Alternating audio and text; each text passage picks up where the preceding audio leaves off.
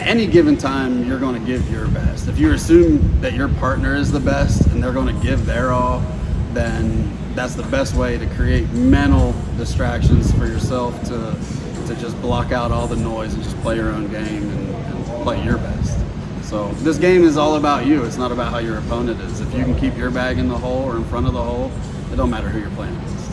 My name is Adriel Loshak, and the goal of this channel is to help cornhole players achieve whatever level they choose. Whether that's simply to win more at your local blind draw, or to, like me, become an ACL pro. I would like to thank Drew Brown for being interviewed. He's now an ACL pro in the PDC division.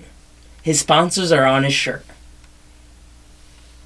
Please subscribe to my channel, Cornhole is Life, and now, insights from a pro cornhole player. My name is Drew Brown. I'm an ACL pro. More specifically in the PDC, I am sponsored by North Georgia Cornhole Association, Elevate Cornhole, McNaughton and McKay, Electric Company, Beard Guys. Can't forget Beard Guys. You gotta stay pretty. If you get a chance, follow me on social media, TikTok, Instagram, Facebook at Real Drew Brown. And I'm doing trick shots, I'm doing a lot of promo videos and things like that, so I hope y'all like it. What do you love about this sport? I love the camaraderie. I love meeting new people. I 100% love the competition. I mean, I would say that's the number one thing. How they have the rankings, how they have all of the statistics. It's all great to really look back on and be able to challenge yourself in the future. Have some base to play on and get better. What was your journey to become a professional cornhole player? So my very first tournament, I would say, was 2007. I grew up in Ohio, so they say it started in Cincinnati, Ohio. And I went to a couple of backdoor tournaments and we won. I went to a couple more broad tournaments away from home and ended up playing against Matt Guy and Randy Atha. And at the time they were number 1 and number 5 in the world. We lost 21-0, but I held Randy Atha to only scoring 2 points. So actually I went home telling everybody that I was the number 4 player in the world. And just from there, I started broadening my search on Google and everything else, started going to world championships and competing from there. I think I was an ACO pro in 2015, and then I transitioned from the ACO to the ACL in 2019, and I've actually been an ACL pro since 2019 now. How often do you practice? When I was really good, a couple kids later, I was probably playing at least every day. I would say 2 to 3 hours every day. And that really fine-tuned all the muscle memory, all the air mails, everything that you need to be an exceptional player and to play with longevity through big tournaments. You do need to play every day. I think now, after having almost 20 years of just putting bags in the air experience, I throw maybe 3 or 4 times a week. And mainly at blind draws or at the house, just kind of warming up myself just for a couple hours. So yeah, 3 or 4 times a week now. The game has evolved in many ways, especially in the last 20 years. I've seen it go from corn bags to bags provided at tournaments to suede / I think it was a canvas bag. And now it's all kind of in a realm of slick bags, the slick bag era, the slinky bag era. Quickly guys, if you'd like to support the channel even more than watching videos, please subscribe. It helps me a ton and it allows me to upload videos just about every day. My first goal is 1,000 subscribers. Once I hit that, I can have longer videos. You meet an opponent for the first time, you have no idea how they play. First bag, block, or slide in? I like the block. Big defensive bag player. And it really dictates the round. It'll take a lot of pressure off of my shoulders, knowing that I don't need to go in with every bag, especially if they miss that first one right or left. Now I can either just tap mine in or try to roll over it or even airmail over it. I love a dirty board.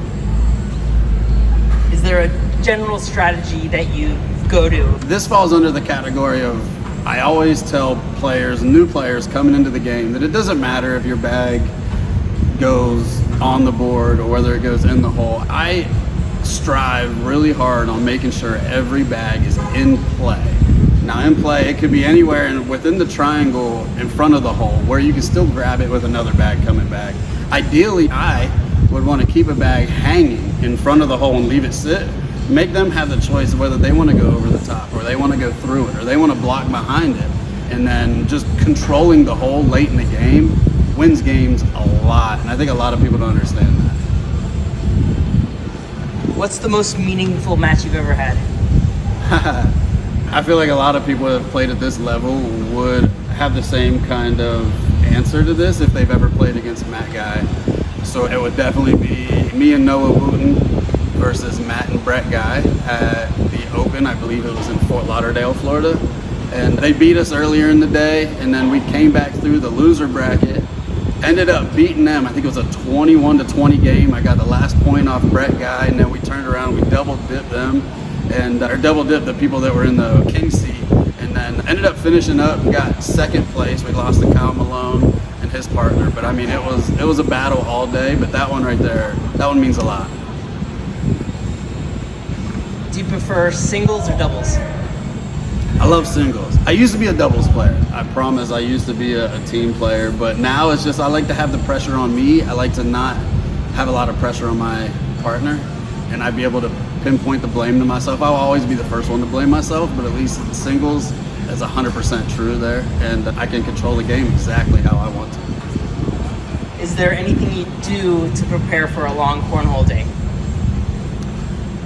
You need a lot of sleep if you want to prepare for a long cornhole day. A lot of people think that this sport doesn't have much athleticism, but it really does. You've got some tournaments that start at 9 o'clock in the morning, and they might not be over until 8 or 9 o'clock at night. That's putting in a lot more hours than anyone's normal work day. And definitely a lot of sleep, breakfast in the morning, and then any extracurriculars, bathroom breaks, a couple beers, whatever you're into, get that done and out of the way before the tournament starts.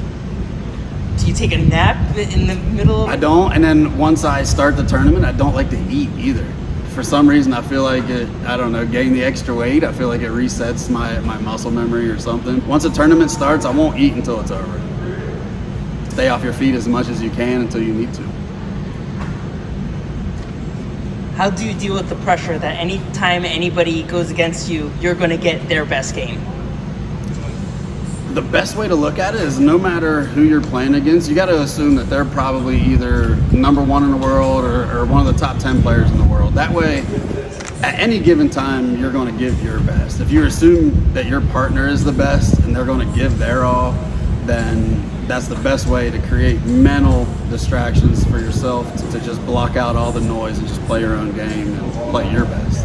So this game is all about you. It's not about how your opponent is. If you can keep your bag in the hole or in front of the hole, it don't matter who you're playing against. What are your dreams and goals? In cornhole, in life? Yeah, I've got more probably of a dad stance in this one. Obviously, I want my kids to be happy, healthy, successful. But I mean, I want them to be proud of me. And I think being one of the top players in the country, being represented by some of the top brands, maybe not even in cornhole, maybe brands that ended up floating over from other sports into cornhole, being represented by them would be an absolute amazing gift for me and the family. Are there any questions you wish I would have asked?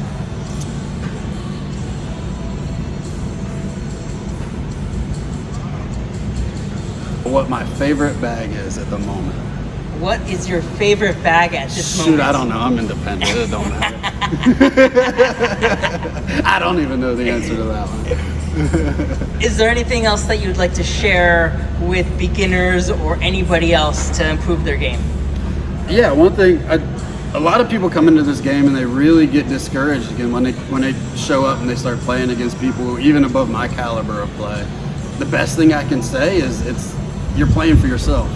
You're not playing against your opponent. If you go up there and you lay blocks and you hit your airmails and you hit your push shots, it doesn't matter whether your opponent goes in every time or if your opponent goes off to the right or off the back of the board. You keep hitting those same shots that you believe you can make.